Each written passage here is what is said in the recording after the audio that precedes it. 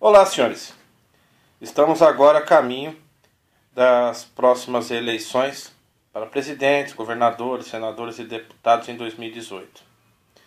E tem um lado que se diz de direita que é a favor da privatização desenfreada e desmedida. Bom, senhores, esse candidato que seguia a filosofia do Dr. Enéas, de repente tem mudado sua opinião dia após dia, né? O Dr. Enéas dizia que as privatizações não levam a nada, são apenas para pagar juros para bancos e que setores estratégicos não se privatizam. Bem, senhores, deixe-me contar uma história para os senhores aí.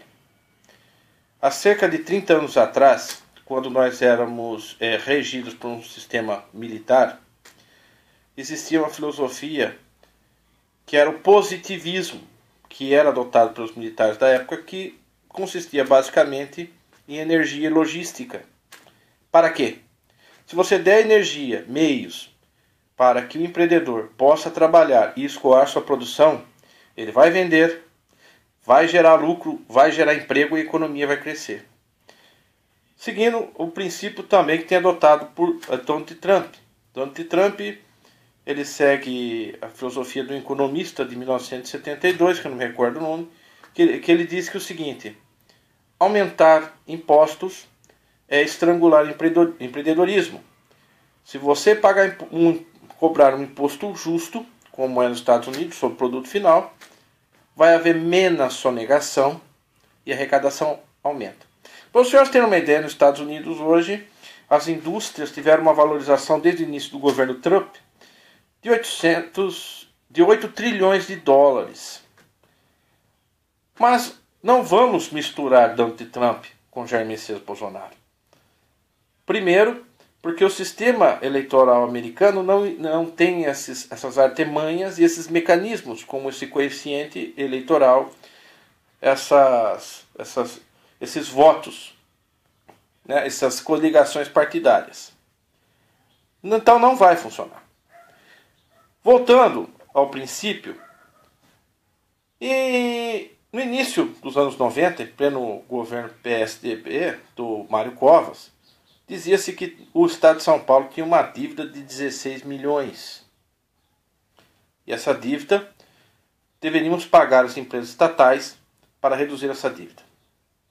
Na época eu era ferroviário da extinta Companhia Paulista de Estrada de Ferro, que tinha 5.000 quilômetros de via férrea, 440 estações, 444 vagões de passageiro, 28 locomotivas V8, 5 russas, né, a Too Little, que tinha lá nos Estados Unidos, tinha uma vasta, outras a diesel e outras elétricas mais modernas. Em Araraquara, os militares, sabendo que a nossa energia elétrica é barata, porque ela é renovável, investiu 1.600 quilômetros em linha eletrificada.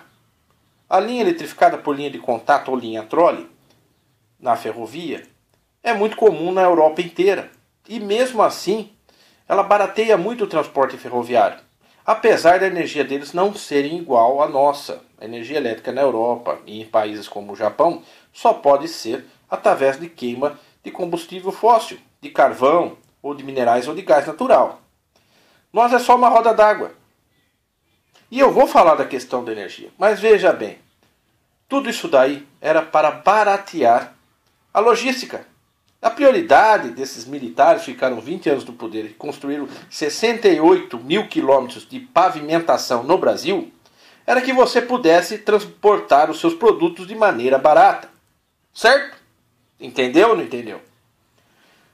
O trem, ele era 1/3 do valor de uma passagem de ônibus. Isso não mudou. A única diferença é que com essa maravilhosa privatização de todas as empresas do Estado de São Paulo, os 5.000 quilômetros de malha ferroviária foram abandonados. Para que privatizar? Será que eles privatizaram ou será que eles destruíram? E a Varig? Será que eles privatizaram ou faliram ela em 2004? O que eles pensavam? Eles pensavam que aqueles 10 milhões de passageiros que frequentavam os trens da FEPASA, que eram pobres, iam sair de lá para uma concessionária e ia comprar um carro zero. Muitos idiotas fizeram isso. Estão pagando até hoje esses carros aí. Muitos caminhoneiros acharam que iam ganhar muito dinheiro, né? O Lula entrou nessa jogada e fez uma facilitação para que todos comprassem caminhão. E ninguém conseguiu pagar o caminhão. Mas você sabe qual que era a jogada? O que acontecia? Os caminhoneiros mais espertos, eles pouco usavam asfalto.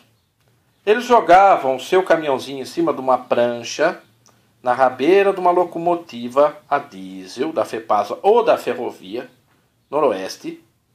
Ele saía da Estação da Luz e ia bater no Mato Grosso, sem gastar uma gota de óleo em cima do trem. Sem quebrar cardan, sem furar pneu, sem levar multa e sem pagar pedágio. Mas tudo bem. Vocês pararam para perceber que essas privatizações custearam muito a sua vida? Elas aumentaram demais as coisas. Você tem amigos no exterior? Pede para ele lá comprar um saco de batata chips, uma caixa de bombom da Nestlé e uma Coca-Cola. Que, aliás, esse aqui é 300 gramas, lá é 3,5 litros ou 1 quilo, dependendo do produto. E eles pagam 1/3 menos que você. Você sabe quanto que custa o frete de uma tonelada de soja sair dos Estados Unidos para a China? $30. Você sabe quanto que sai a tonelada de soja do Brasil? Se for pelo Pará, pelaquela transamazônica lá, e não chover, $130. Se for por Santos, $160. Esses dias eu estava vendo que a Zona Franca de Manaus, as motos produzidas lá têm que andar 16 mil quilômetros para conseguir alcançar a exportação. Quanto que isso sai do custo final do produto? Sendo que nós pagamos ainda, em média, 6 impostos a mais do que, por exemplo, os americanos ou os outros países da Europa. Sabe que você não está percebendo que você paga demais com essas privatizações? Essas privatizações, principalmente aqui no estado de São Paulo, que eram para pagar a dívida, aumentaram a dívida em 3 vezes. Por quê? Porque você pega, por exemplo, uma empresa como eu trabalhei, a FEPASA, ela ficou 20 anos pagando uma dívida no Banespa que não era dela, que o Quercia fez. E o dinheiro nunca apareceu. Ele fez nome da FEPASA no Banespa e esse dinheiro nunca apareceu. Mas ela sobrevivia só com os imóveis que ela administrava, alugando, vendendo. Porque, independente, empresas como a Sergesp precisavam da FEPASA, precisavam das áreas. O que aconteceu?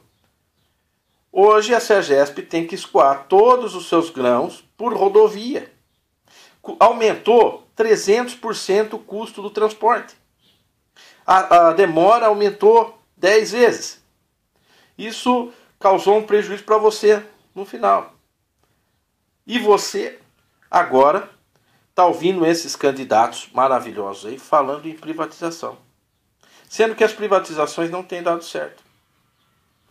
As privatizações, não falando como esquerdista, porque eu não sou esquerdista, eu só quero defender o meu lado, não está mexendo em nenhum milímetro, nem para a direita, nem para a esquerda, com a classe bancária e com a classe política.